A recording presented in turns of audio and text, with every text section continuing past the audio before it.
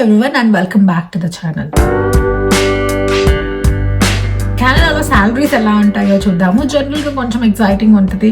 So ఫారెన్లో ఉన్న వాళ్ళు ఎంత సంపాదిస్తున్నారు ఏంటి అని తెలుసుకోవడము, లేకపోతే ఇక్కడికి మూవ్ అవ్వాలి అనుకుంటున్న వాళ్ళకి ప్లాన్ చేసుకోవడానికి తెలుస్తుంది. ఎంత సాలరీస్ ఉంటే వాళ్ళ ఫైనాన్సెస్, వాళ్ళ ఫ్యూచర్ ఎలా ప్లాన్ చేసుకోవచ్చు అని తెలుస్తుంది.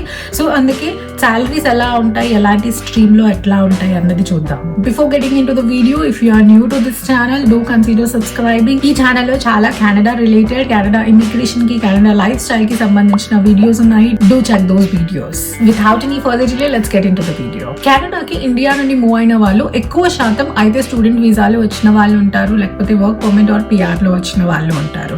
సో ఎక్కువ మంది స్టూడెంట్ వీసా ఆర్ పిఆర్ లో వచ్చిన వాళ్ళు ఉంటారు. స్టూడెంట్స్ అయితే కనుక వాళ్ళు ఫస్ట్ 2 years వరకు ఎలాగో పార్ట్ టైం మాత్రమే చేయాలి, కొన్ని అవర్స్ మాత్రమే వర్క్ చేయాలి. అండ్ ఆ తర్వాత వాళ్ళు వర్క్ పర్మిట్ కి వెళ్తారు, ఆ తర్వాత పిఆర్ కి.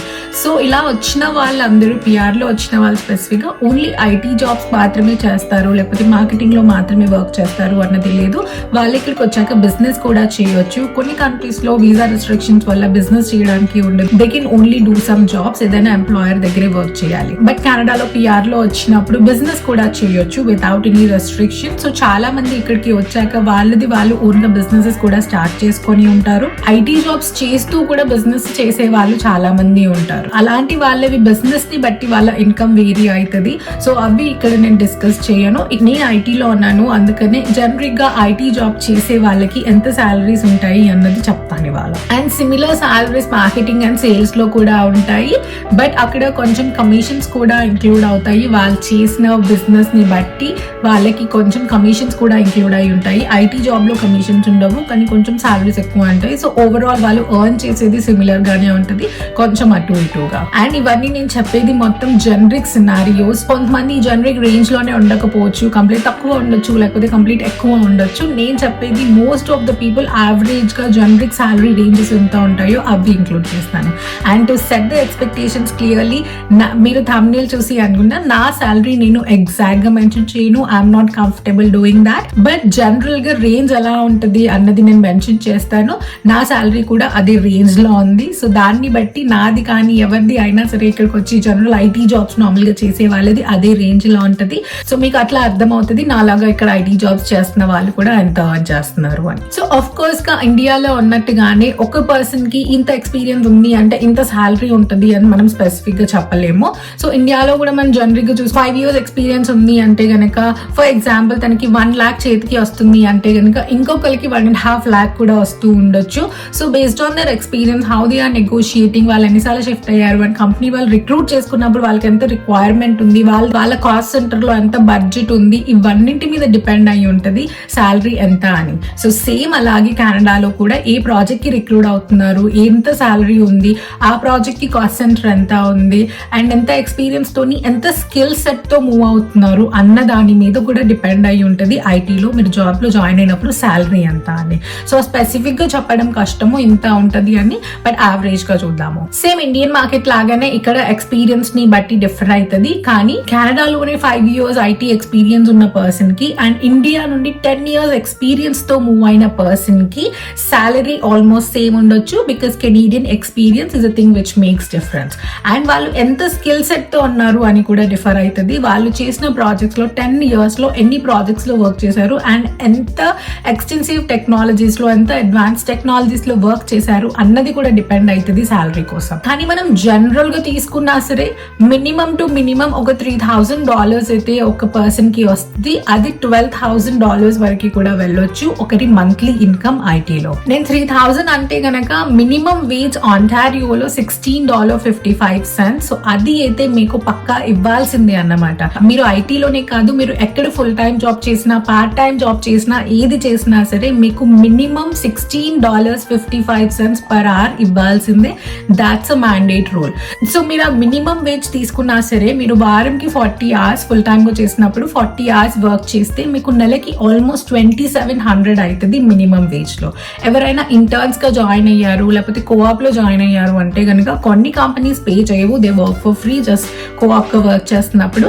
బట్ ఇంటర్న్షిప్ లో అట్లా వర్క్ చేసినప్పుడు కూడా కొంతమంది పే చేస్తారు and they do this minimum wage ఖచ్చితంగా చేస్తారు. సో అప్పుడు కూడా 2,700 అయితే ఒక పర్సన్ ఎర్న్ చేయొచ్చు వాళ్ళ ఇనీషియల్ స్టేజెస్ ఆఫ్ కెరియర్ లో కూడా. ఫస్ట్ ఆఫ్ ఆల్ ఇక్కడ అస్సలు సాలరీస్ డిస్కస్ చేయరు. నేను నా టీమ్మేట్ ఎంత క్లోజ్ అన్నా ఉండనివ్వండి, కంపెనీలో బెస్ట్ ఫ్రెండ్స్ అవ్వనివ్వండి, బట్ సాలరీస్ మాత్రం డిస్కస్ చేయరు. ఆఫీస్ లో కలీగ్స్ తో ఎందుకు, ఫ్రెండ్స్ ఉన్నా కానీ సరే, కానీ సాలరీస్ డిస్కస్ చేయము జనరల్ గా.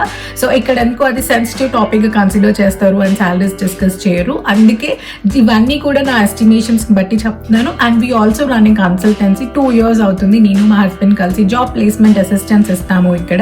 సో మా క్యాండిడేట్స్ ఎవరైతే ప్లేస్ అయ్యారో వాళ్ళది కూడా మేము సాలరీస్ చూసాం కాబట్టి అవన్నీ బేస్ మీద నేను యావరేజెస్ చెప్తున్నాను. సో మినిమం వేజ్ సినారియో ఇక్కడ కన్సిడర్ చేయొద్దు, because that is completely for interns or ఎప్పుడైతే ఇప్పుడు బేసిక్ గా జాబ్ లో జాయిన్ అవుతున్నారో వాళ్ళకి. లెట్స్ కన్సిడర్ కొంచెం ఎక్స్పీరియన్స్ ఉంది, ఒక 4 to 5 years ఎక్స్పీరియన్స్ ఉంది అన్నట్టుగా ఇనీషియలీ కన్సిడర్ చేసుకున్నా సరే వాళ్ళు కూడా మంత్లీ ఒక 6,000 నుంచి 10,000 వరకు ఎర్న్ చేయగలరు. సో మంత్లీ ఒక 6,000 ఎర్న్ చేస్తున్నాడు అంటే కనుక సంవత్సరానికి 72K ప్యాకేజ్ అవుతుంది. అండ్ ఒకవేళ వాళ్ళు 10K సంపాదిస్తున్నారు అంటే కనుక 120K ప్యాకేజ్ ఉన్నట్టు.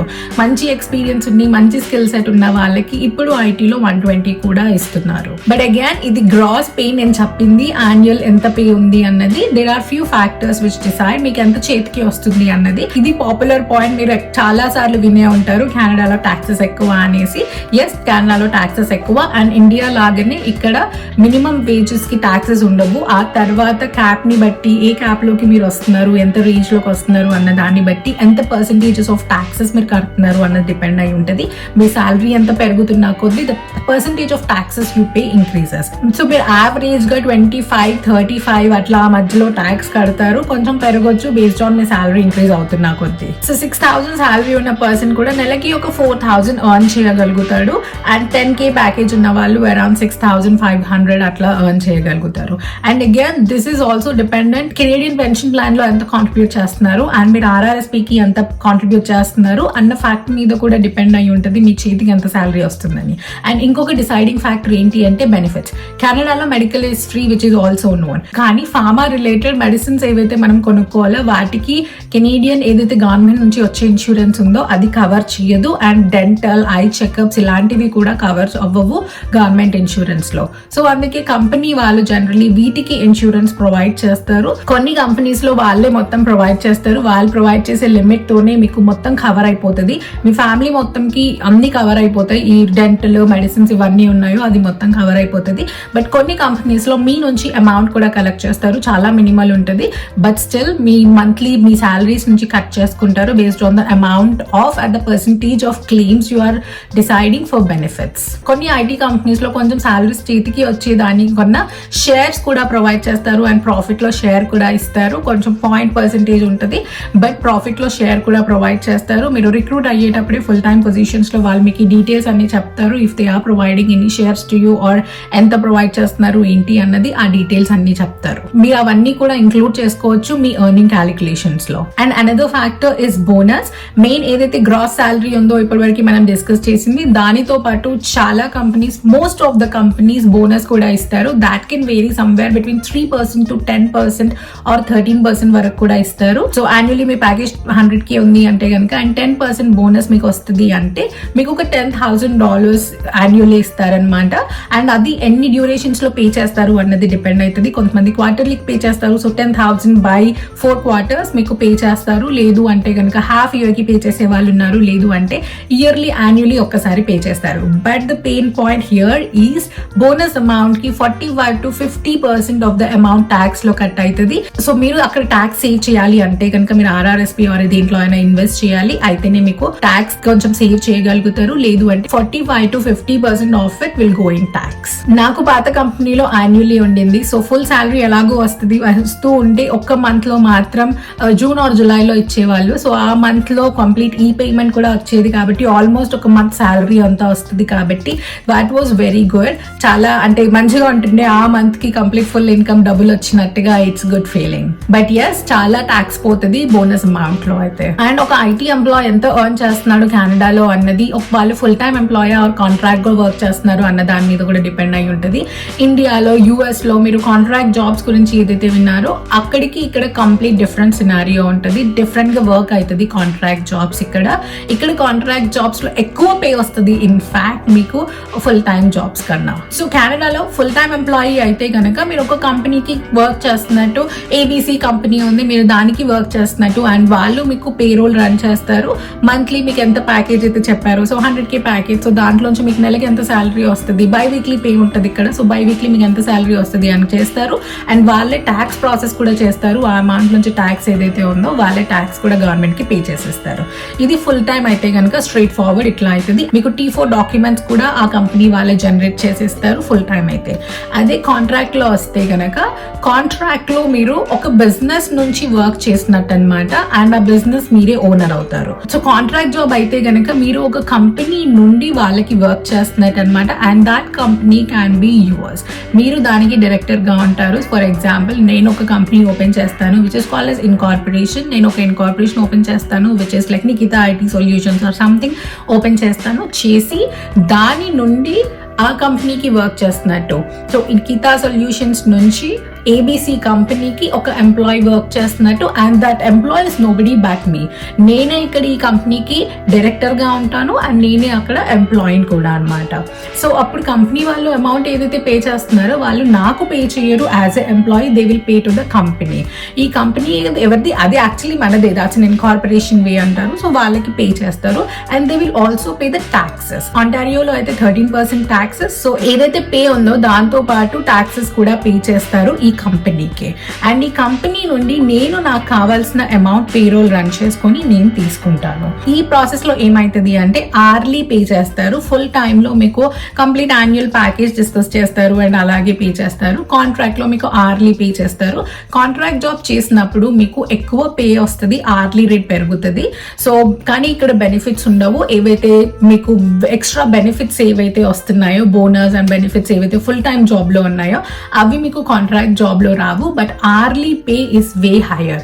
మీరు ఇక్కడ $40 or $50 ఎర్న్ చేస్తున్నారు. సేమ్ అదే ఎక్స్పీరియన్స్ కి మీరు ఫుల్ టైమ్ లో ఆ కంప్లీట్ ప్యాకేజ్ ని మీరు బ్రేకప్ చేస్తే $40 or $50 ఎర్న్ చేస్తున్నారు అంటే, మీరు అదే టైంలో కాంట్రాక్ట్ లో చేస్తే గనుక మీరు ఆల్మోస్ట్ $70 to $80 per hour చేసుకోవచ్చు. సో ఫైనలీ ఇన్కమ్ పెరుగుతుంది అనమాట. మనకి ఆన్ హ్యాండ్ వచ్చే అమౌంట్ ఏదైతే ఉందో కాంట్రాక్ట్ లో ఎక్కువ వస్తుంది కంపేర్ టు ఫుల్ టైం. ఒకవేళ మనకి ఆ బెనిఫిట్స్ వద్దు అనుకుంటే గనక, then you can go ahead with the contract job which can get you more money in hand. And అక్కడ ట్యాక్స్ సేవింగ్స్ కూడా ఉంటాయి. ఇక్కడ కూడా మీరు ట్యాక్స్ రిటర్న్స్ చేస్తారు, కంపెనీ నుండి అన్ని సబ్మిట్ చేస్తారు, బట్ ట్యాక్సింగ్ తక్కువ ఉంటుంది. పర్సంటేజెస్ ఆఫ్ ట్యాక్స్ ఏదైతే డిడక్షన్ ఉందో అది తక్కువ ఉంటుంది. As government will be considering you as a కంపెనీగా కన్సిడర్ చేస్తుంది. కాబట్టి మీరు కంపెనీ నుండి ఒక స్మాల్ బిజినెస్ లాగా అనమాట, మీరు స్మాల్ బిజినెస్ నుంచి గవర్నమెంట్ కి ట్యాక్స్ కడుతున్నట్టు, కాబట్టి you will pay less percentage of taxes. And yes, ఇంట్లో ఎంతమంది వర్క్ చేస్తారు అన్న దాని మీద కూడా డిపెండ్ అయి ఉంటుంది. హౌస్ హోల్డ్ ఇన్కమ్ ఎంత అన్నది 1% 2% అని చేసే వాళ్ళు కూడా IT జాబ్స్ చేస్తూ కూడా చాలా మంది సైడ్ కి ఊబర్ అట్లా నడుపుతారు. సో అలా నడిపినప్పుడు దాంట్లోంచి కూడా ఇన్కమ్ వస్తుంది.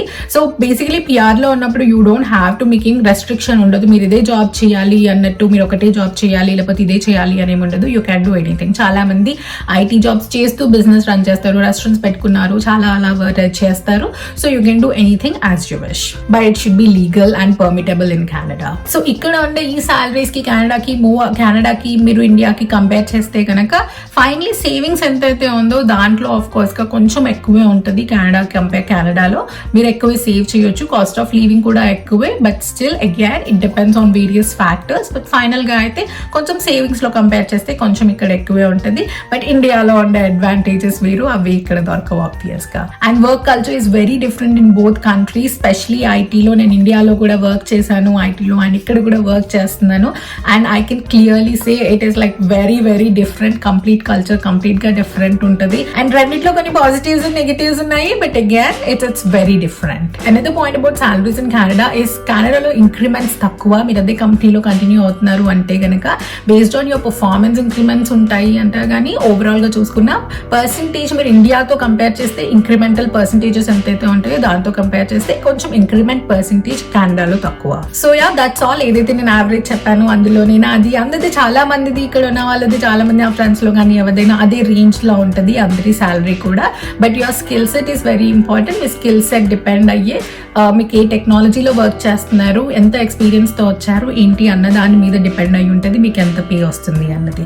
Soon I make a video ఏ టెక్నాలజీస్ చేస్తే బెటర్ అని, ఏ టెక్నాలజీస్తో జాబ్ రావడానికి ఎక్కువ ఛాన్స్ ఉంటుంది అని I make a video. So yes, that's all for the video. Hope you got some information. కెనడాలో శాలరీస్ గురించి, శాలరీ రేంజెస్ ఎలా ఉంటాయి అండ్ శాలరీ మొత్తం ప్యాటర్న్ ఎలా వర్క్ అవుతుంది అన్నది మీకు ఐడియా వచ్చింది అనుకుంటున్నాను. Hope you got some information and hope you liked it.